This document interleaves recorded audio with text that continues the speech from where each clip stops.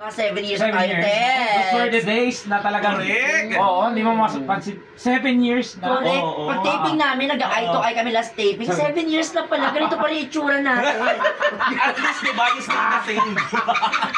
Hindi nagbago. Oo, Yun pa rin, kasi diba? feeling ko pag nagbago yung mga itsura natin, hindi tayo aabot ng 7 Hindi na tayo, years. oo. Pero sabi ng iba, excuse nyo lang yun. Ganun. Pero yun na nga. Ito may na nga.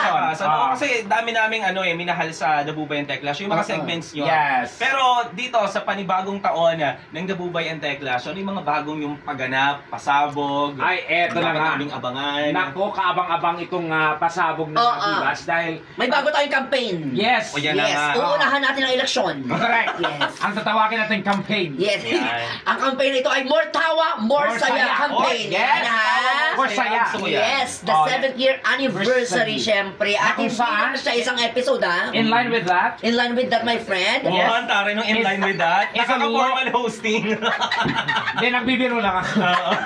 It's a long month celebration. Yes, no? whole month. Ibig Yes. sabihin yan, 4 na linggo po nyo i-experience po ang pagdiriwang ng aming ikapitong anibersaryo Oo. at 7 years and counting, ha? Yes. At syempre, ang team natin, ang tema natin ay Kilig Tawa! Yun! Ito kasi February is month of the heart. Love. Yeah, Yan. love. Ako lang na iba, heart.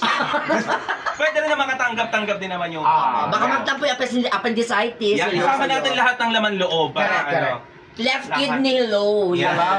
Yan. My pancreas. Charot. Wow! Grabe. O eto, balikan natin yung 7 years ninyo. Okay. Kung babalikan natin yun, meron ba kayong naaalala na behind the scene ng Bubay and Tekla Show na hindi nyo malilimutan? Ganyan, simpleng, mga hindi nyo Ay, oo, expected meron. happenings, ganyan. Oo. Yung pang radyo, ha? Yung mga segments namin na nagsasakitan kami.